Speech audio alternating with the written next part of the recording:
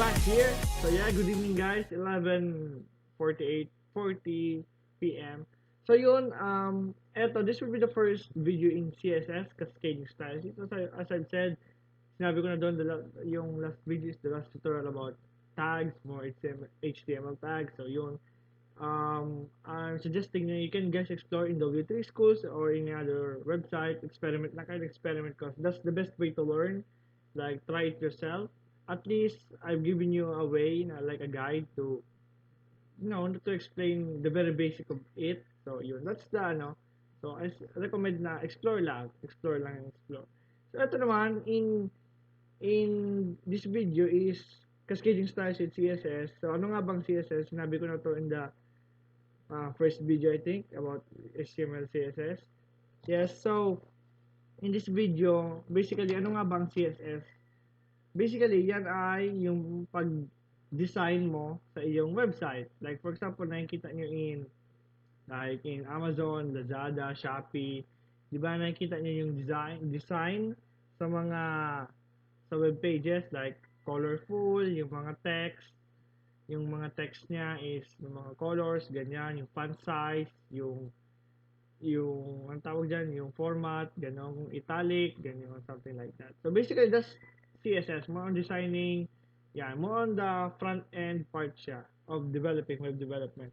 So, eto, in CSS, how do you do it? So basically, meron tayong, the basic syntax of CSS is, you first put your, parang ganito, your what, ganyan.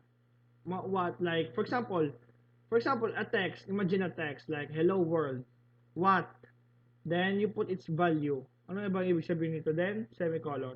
So, basically, for example, gusto mong, yung text mo is lagyan mo ng color blue. So, basically, you put, what, color, what, anong color, then the value, anong color, then blue, ganon. So, parang walang sense, pero gawin na lang natin, yun lang naman. Parang ganito, for example, color, then, for example, blue. Ganyan. So, eto na, this is the basic of CSS. So, paano natin yan i-apply sa, ang tawag dyan, dyan na mismo. Excuse me, guys. So, yun. Okay, yung Google. So, lagay natin is, gusto ko ng span or div. Pwede naman div. Any tag. So, div, ganyan. So, sa div, oops, cancel nyo lang. So, for example is, meron tayo dito, hello world. Oops. World. Ganyan. So, once you do this is lesson 12 HTML. Dito ko guys sinave. So, once we open this, ganyan. So, bakit, ito kasi sinave ko sige. Alisin ko na to guys. Ganyan. So, let's just reload that. So, yan. Hello world, copyright. Ayan yung Bakit may W dyan? So, yan na yung hello world. So, bakit may W nga? What the hell?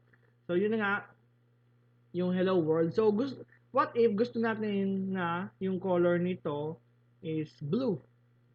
Blue, red, pink, something like that. So, all you have to do, dito sa tag, sa loob ng tag, basically, ang tawag dito is, when you put something here, sinabi ko na to, attribute. Yeah. I think, yeah, attribute. Sinabi ko na ito in the tutorial natin yun. So, yeah. So, you just type style, then, double quote. Yeah, double quote. Dalawang double quote. Oh, mali. Yeah, yung equal pala. Okay, double quote. Then, as I've said, yung what, tsaka yung value. So, you just put, kung color, if you want to change the color, just say, color, ayan. Kung may sublime ka, nag-generate yung then yun.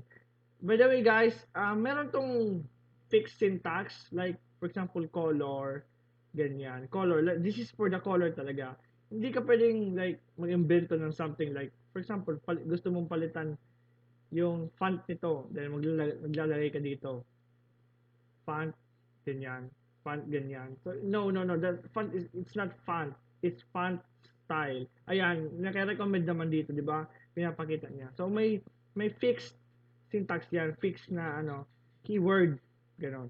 So, eto, color, then, as I've said, ganyan, dot, anong tawag din dyan, basta yun na yun. Then, is color, for example, is blue. Then, semicolon. So, once we reload this, so it's color blue. Ganyan. So, color blue siya.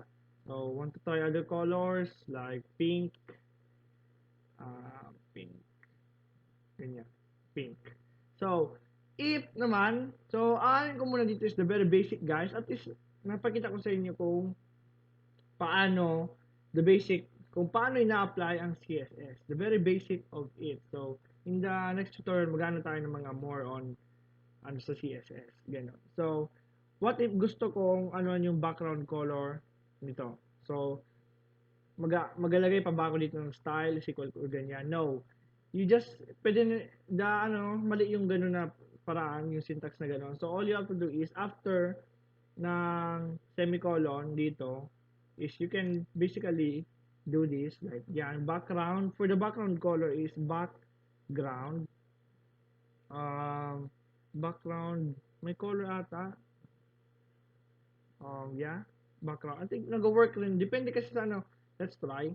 For example, purple or sample red. Yan. So, don't forget the semicolon, guys. Yeah. So, yeah, di ba? So, magtataka kayo, bakit eto lang, hindi yung buong, yung buong page ang nag-red. Eh, kasi guys, ang na-background red niya is the div. Yung div tag. Yung div tag. Etong div tag, ang background color niyang red, hindi yung buong body tag. So if kung gusto nyo yung buong body, yung if kung gusto nyo i-background yung buong page, yung color, dito nyo siya ilalagay. Style, sa body, basically. Kasi sinabi ko na, di ba, ang body contains yung buong page, di ba? Sinabi ko na ito yan. Sinabi ko na yan. So, once you reload this, di ba? So, gano'n. Pero mamaya na yan, you can, medyo masakit sa mata. So, basta at least, pinakita ko sa inyo, ganyan. So, kung makikita nyo dito kasi yung div lang, which contains the hello world, ang background na red. Gano'n. So, I think, background color red, pero gumagana naman ata ang ganito. Kinda depends sa browse. Oh, di ba? Sinesave ko, guys. Save nyo, bago nyo i-reload. Kinda depends on the browser. Depende sa browser. Pero, depende rin sa inyo.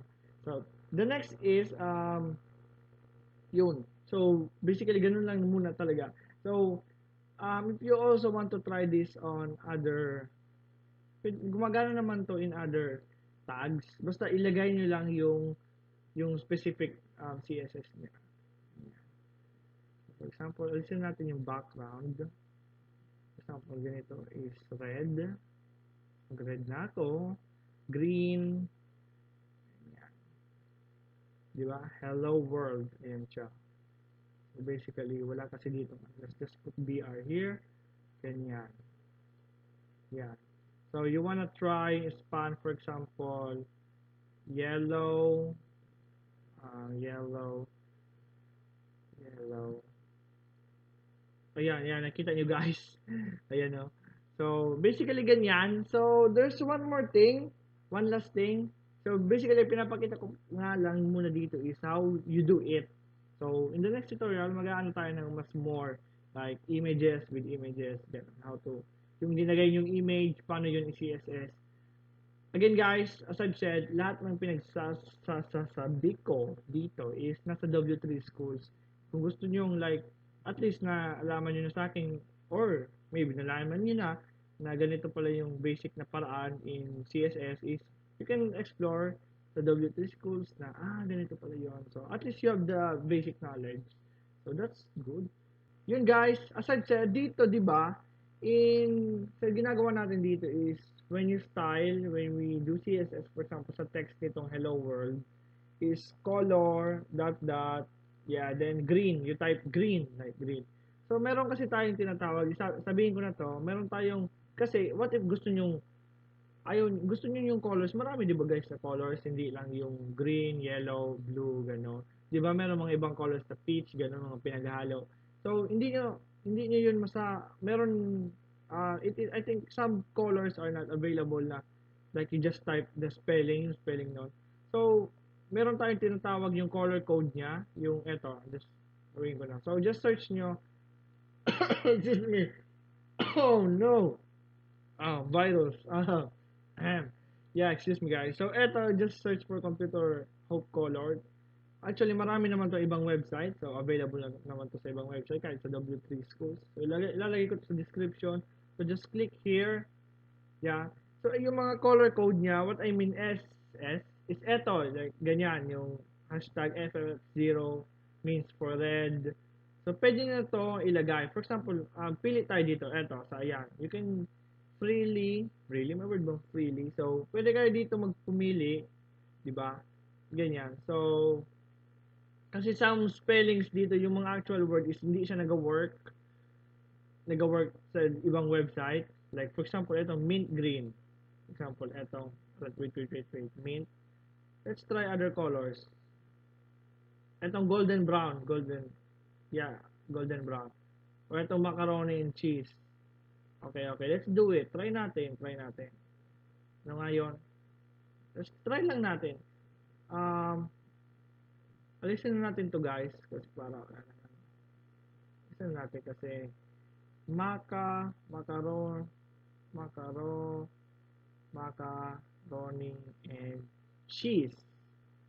Pwedeng gagana to, I don't know, pero parang hindi ito gagana. Oh, bakit ang gagana? Diba? It doesn't work. Diba? So, alam pala ito, type nyo macaroni and cheese. So, ilalagay nyo dito, kung may nabibet kayong color dito, is eto yung color code niya. So, just copy this. Then, you put it here. Dito ang ilalagay nyo. Yan. So, hashtag F2BB66. So, save it, reload, diba? So, ganun guys. So, eto, dito kasi ako nagpumipili nung gumagawa kami ng mga projects namin kapag may mga di ako ma-decide na color, ganyan. So, as I said, ito nga, alangan naman pala, lalagay ko dito ng macaroni and cheese. So, lalagay nyo is yung color code. Ganun. So, yun guys. Thank you so much for the tutorial. Thank you so much for the time. A quick tutorial about yun, introduction to CSS. So, yun guys. Coronavirus. May first case tayo. So, yun guys. Take care all. Ingat guys. Yes, and I'm out.